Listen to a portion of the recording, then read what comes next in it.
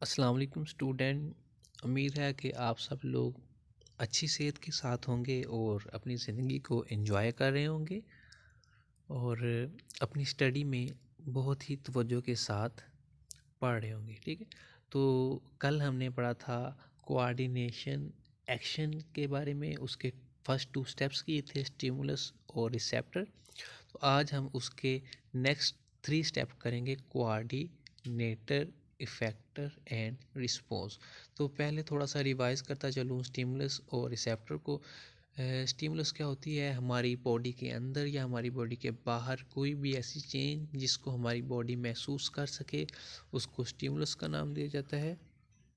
ठीक है, तो जैसे ही कोई स्टिमुलस हमारी बॉडी को दी जाएगी, तो उस स्टिमुलस को महसूस करने के लिए हमारी बॉडी के ऊपर कुछ स्पेसिफिक स्ट्रक्चर मौजूद होने चाहिए, जिनको रिसेप्टर का नाम दिया जाता है। फॉर एग्जांपल, सुनने के लिए कान होने चाहिए, चखने के लिए ज़ुबान, देखने के लिए आँखें। तो इन तमाम चीज़ों को रिसेप्टर का नाम दिया जाता है। तो अब इसके बाद स्टेप होता है कोऑर्डिनेटर का। तो अब कोऑर्डिनेटर क्या है? बेसिकली कोई भी सेंस जिसको ज़ुबान ने चखा है, कानों ने सुना है, आँखों ने देखा है, वो हमारे ब्रेन और स्पाइनल कार्ड के पास एक मैसेज की शक्ल में जाता है। ठीक है, तो हमारा दिमाग या फिर स्पाइनल कार्ड उस मैसेज को पढ़ते हैं कि हमारी बॉडी के किस हिस्से से मैसेज आया है और किस तरह का मैसेज आया है और इसका जवाब किस तरह दिया जाए।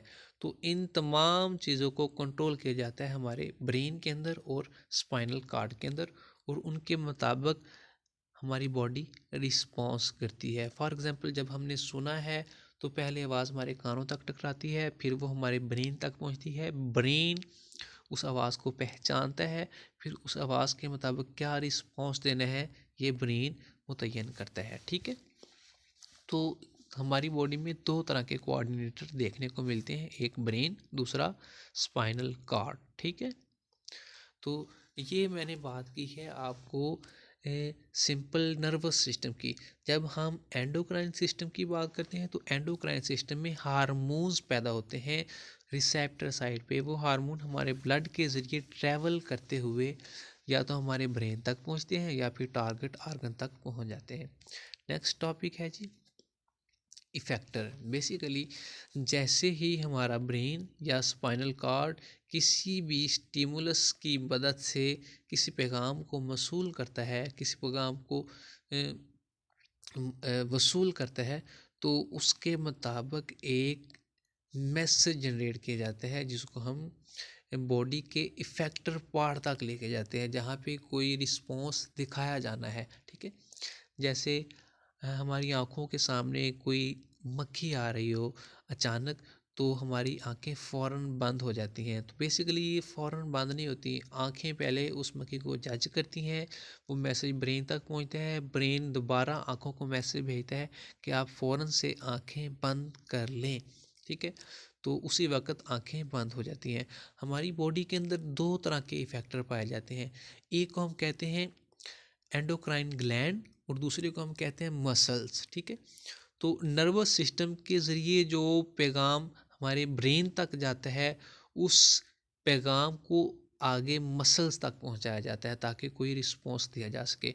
जबकि हार्मोन्स के ज़रिए जो पैगाम ब्रेन तक पहुंचाया जाता है, फिर उन्हीं हार्मोन्स के ज़रिए पैगाम आगे एंडोक्राइन ग्लैंड तक पहुंचाया जाता है ताकि कोई नए हार्मोन पैदा करके जिस्म के अंदर रेगुलेटरीज़ को पैदा किया जा सके, ग्रोथ को कंट्रोल किया जा सके। ठीक है, उसके बाद आता है ये रिस्पॉन्स।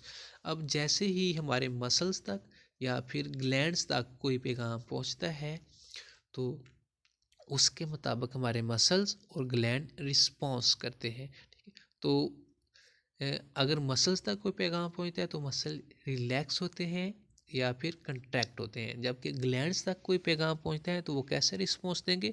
वो बेसिकली मज़ीद सक्रीशंस पैदा करेंगे या फिर पहले से जो सक्रीशंस पैदा हो रही हैं उनको बंद कर देंगे। ये डायग्राम नज़र आ रही है आपको? ये बेसिकली कंपैरिजन बताया गया है नर्वस सिस्टम का और एंडोक्राइन सिस्टम का। ठीक है, तो पहली डायग्राम के अंदर उन्होंने नर्वस सिस्टम कोऑर्डिनेटर की एग्जांपल दी है, जिसमें रिसेप्टर साइट पे स्टिमुलस दी जाती है तो न्यूरॉन्स के ज़रिए मैसेज ब्रेन और स्पाइनल कॉर्ड तक पहुंचता है और फिर आगे उस पैगाम को इफेक्टर तक भेजा जाता है। वो इफेक्टर मसल्स हो सकते हैं या ग्लैंड। दूसरी डायग्राम में उन्होंने एंडोक्राइन ग्लैंड की एग्जांपल दी है, जिसमें रिसेप्टर बॉडी पार्ट्स के अंदर ही मौजूद होते हैं और वहाँ पे जो पैगाम जनरेट होता है वो हार्मोन्स की शक्ल में जनरेट होता है और उसको एंडोक्राइन ग्लैंड तक लेके जाते हैं। फिर एंडोक्राइन ग्लैंड उस हार्मोन के मुताबिक नए हार्मोन पैदा करता है और उसको इफेक्टर तक लेके जाते हैं। फॉर एग्जांपल हमारी बोन तक लेके जाएंगे या फिर लीवर तक लेके जाएंगे, ताकि किसी भी किस्म का रिस्पॉन्स दिया जा सके। तो ये हमारा आज का टॉपिक कंप्लीट हो चुका है। आप इसको अच्छी तरह से पढ़ें और याद करें। इंशाल्लाह आपसे इसी वीक जूम की क्लास पे ये सुना जाएगा। ओके, अल्लाह हाफिज़।